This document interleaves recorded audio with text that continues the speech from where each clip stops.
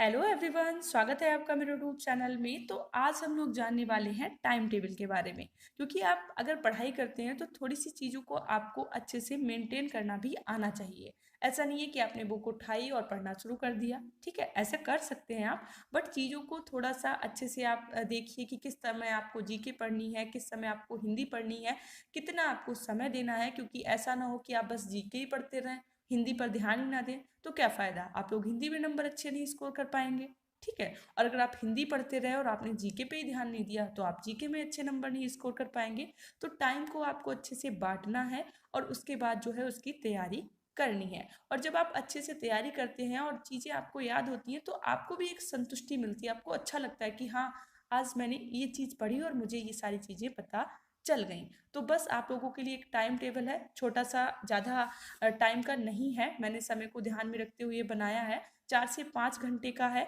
और वो भी दिन का नहीं है, आप लोगों का जो भी खाली समय होता है उसको यूज करके आप जो है पढ़ाई यहाँ पर कर सकते हैं। तो यहाँ पर चलिए टाइम के बारे में जान लेते हैं कि किस समय जो है आपको पढ़ाई करनी है। अगर आपको दिन में समय नहीं मिलता, ठीक है, आप अगर स्टूडेंट हैं तब भी आप कॉलेज जाते होंगे या कोई भी कोचिंग करते होंगे तो उसमें आपका थोड़ा सा समय चला जाता होगा दिन का। या अगर आप जॉब कर रहे हैं और बीएड एंट्रेंस एग्जाम देना चाहते हैं, तब भी मतलब दिन में थोड़ा सा कम समय होता है हम लोगों के पास, क्योंकि बहुत सारे अदर भी काम होते हैं। तो ये जो टाइम टेबल है ये सुबह और शाम का है। तो वो समय जो है आपका होता है, आप चाहें तो उसे मोबाइल चलाने में यूज करें और आप चाहें तो उसे पढ़ने में यूज करें। तो बस वही हम करने वाले हैं, यहाँ पर पढ़ने में उस समय को यूज करने वाले हैं। तो आप लोग यहाँ पर शाम को 7 से 8, ठीक है, 8 से 9 और 9 से 10, 3 घंटे जो हो गए इनमें आपको पढ़ना है। यहाँ पर ऐसा नहीं है कि आप लगातार 3 घंटे के लिए बैठ जाएं और बिल्कुल उठे ही ना। आपको थोड़ी देर, यानी कि ऐसा है 1 घंटे के बाद 5-10 मिनट का रेस्ट लेना है थोड़ा सा। क्योंकि बहुत लगातार जब आप अगर किसी भी चीज़ को पढ़ते रहते हैं तो आप बोर हो जाते हैं। तो ऐसा नहीं है कि आपको बैठना है फिर उठना ही नहीं है। पहली बात तो ये है, यहाँ पर आपको ब्रेक मिल ही जाएगा, क्योंकि फिर आप उठेंगे 8 से 9 के बीच में। जब भी आप खाना खाते हो तो खाना खाएंगे तो 10 से 15 मिनट उसमें चले जाएंगे। तो यहाँ पर आपको एक नेचुरल ब्रेक जो है वो मिल जाएगा, वो आपको लेने की ज़रूरत नहीं पड़ेगी। तो ये शाम का हो गया 3 घंटे का टाइम टेबल हमारा। अभी हम ये भी जानेंगे कि किस सब्जेक्ट को आपको कितना समय देना है। तो आप लोग ऐसा नहीं है इतनी वीडियो देखकर हट जाएं, पूरी वॉच करिए। क्योंकि अगर आप कोई भी काम आधा अधूरा करते हैं ना, तो आपका जो आगे का समय है वो तो खराब हुआ ही, और आपने आगे देखा नहीं। ठीक है, तो आपको चीजें भी समझ में नहीं आई और आपने जितना देखा उतना भी खराब गया। तो किसी भी वीडियो को या तो आप ओपन ना करें, और अगर ओपन करें तो उसे कंप्लीट वॉच करें अगर आपको चीजें पसंद आ रही हैं तो। ठीक है, तो क्योंकि जो भी नॉलेज उसमें बताई जा रही है आपको, वो आपको कंप्लीट रूप से मिल जाए। और यहाँ पर जो मैंने आपको समय बताया 7 से 8, 8 से 9, अगर आप 7 से नहीं बैठ सकते तो आप इसको 8 से 9, 9 से 10, 10 से 11 इस तरह से थोड़ा आगे पीछे बढ़ा सकते हैं अपने अकॉर्डिंग। मैंने आपको एक समय सीमा बता दी है, चीज़ें आप थोड़ी थोड़ी अपने आप ही अपने अनुसार चेंज कर सकते हैं, जैसी भी आपकी सिचुएशन हो उसके अकॉर्डिंग। और बाकी सुबह में जो है आपका टाइम टेबल क्या होगा, तो अब आपको सुबह में ज़्यादा देर तक सोना नहीं है, थोड़ा सा जल्दी उठना है। और सुबह में आपको 5 से 6 और 6 से 7, ठीक है, ये 2 घंटे हो गए, इसमें आपको यहाँ पर अपनी पढ़ाई करनी है। तो ये आपका समय होता है, चाहे तो आप सो लें और चाहे तो आप पढ़ लें। यानी कि इससे आपके जो भी वर्क है उस पर इतना इफेक्ट नहीं पड़ता है, डेली जो भी वर्क होता है।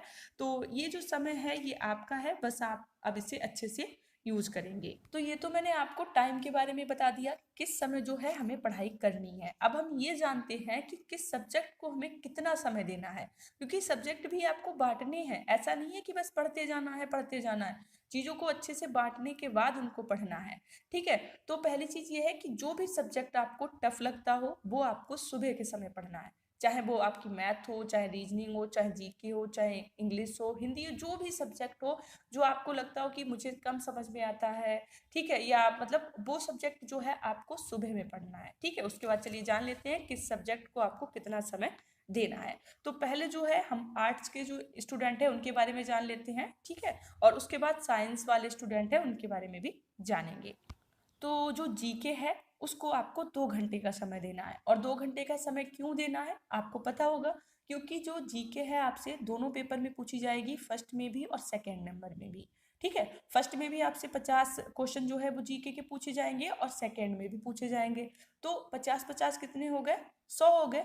यानी कि 100 क्वेश्चन जो है आपसे जीके के पूछे जाएंगे, जिसके लिए आपको 200 नंबर दिए जाएंगे।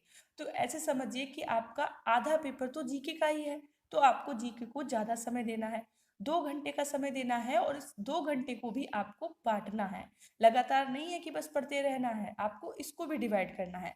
जैसे कि 1 घंटे आपको पढ़ना है, यानी कि जो भी आप थ्योरी पढ़ रहे हैं या किसी भी क्वेश्चन को याद कर रहे हैं, ठीक है, 1 घंटे आपको वो करना है।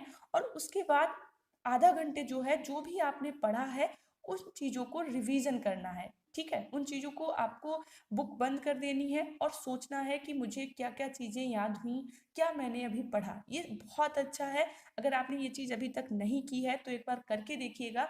आपको क्वेश्चन या जो भी आप पढ़ रहे हैं बहुत आसानी से याद हो जाएगा, और आपको लगेगा कि हाँ, ये बहुत बढ़िया चीज़ है। रिवीजन सबसे इम्पॉर्टेंट है, जो भी आप पढ़ते हैं उस चीज़ का रिवीजन जरूर करना है आपको। तो जो भी आपने 1 घंटे में पढ़ा, 30 मिनट जो है उसका आपने रिवीजन कर लिया, और उसके बाद जो है 30 मिनट यानी कि आधा घंटे जो है आपको प्रैक्टिस सेट सॉल्व करने हैं, उसी थ्योरी या उसी टॉपिक से रिलेटेड।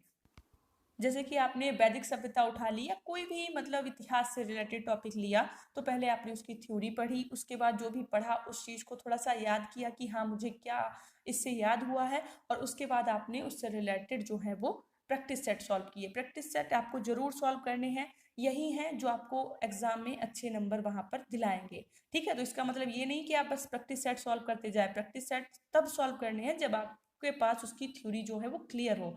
उसके बाद दूसरा जो सब्जेक्ट है वो है हिंदी या इंग्लिश। तो इसको आपको 1 घंटे का समय देना है, 30 मिनट इसको आपको पढ़ना है, और बाकी 30 मिनट जो है इससे रिलेटेड आपको प्रैक्टिस सेट सॉल्व करने हैं, रिवीजन करना है। जो भी चीज़ें हैं आप अपने अकॉर्डिंग इसको बांट सकते हैं।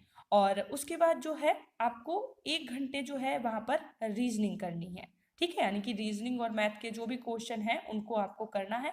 आप चाहें तो अगले दिन जो है इससे रिलेटेड प्रैक्टिस सेट सॉल्व कर सकते हैं, या आप आध घंटा जो है इससे रिलेटेड जो भी टॉपिक है उनको थोड़ा सा समझिए, और उसके बाद जो है इनसे रिलेटेड क्वेश्चन होते हैं वो सॉल्व करिए। प्रैक्टिस सेट आपको तब सॉल्व करने हैं जब आपकी जो थ्योरी है उस टॉपिक से रिलेटेड वो बिल्कुल क्लियर हो, और आप लोग वहाँ पर जो है अपना स्कोर चेक करिए कि जो जो भी हो, 30 क्वेश्चन हो, 40 हो, कि वहाँ पर कितने जो क्वेश्चन है हम लोग सही कर पा रहे हैं। ऐसा आप, मैं तो कह रही हूँ 20 से 25 दिन ही करके देख लीजिए, आपको लगेगा कि हाँ, बहुत इम्प्रूवमेंट हुई है, बहुत चीज़ें मुझे आने लगी हैं। तो ये बहुत अच्छी चीज़ है इस तरह। तो चलिए, जो साइंस वाले स्टूडेंट हैं उन्हें किस तरह से अपनी जो पढ़ाई है वो करनी है उसके बारे में जान लेते हैं। तो आप लोगों को जीके को 1 घंटा देना है, क्योंकि आप लोगों से 50 क्वेश्चन ही वहाँ पर पूछे जाएंगे। और हिंदी भी 1 घंटा है, बहुत है। आप लोग थोड़े दिन ही पढ़ेंगे, आई थिंक 20 से 25 दिन ही पढ़ेंगे, तब भी आपका हिंदी की जो चीज़ें हैं वो अच्छी हो जाएंगी। बाकी ये पर्यायवाची टाइप चीज़ें होती हैं, इनमें थोड़ा सा ज़्यादा समय लगता है, क्योंकि एक शब्द के बहुत सारे होते हैं, या संधि समाज। तो आप लोग 1 से 2 बार इनके जो टॉपिक है वो पढ़ लेंगे, उसके बाद बस आप इनके प्रैक्टिस सेट सॉल्व करिए, आपको कोई दिक्कत वहाँ पर नहीं होगी।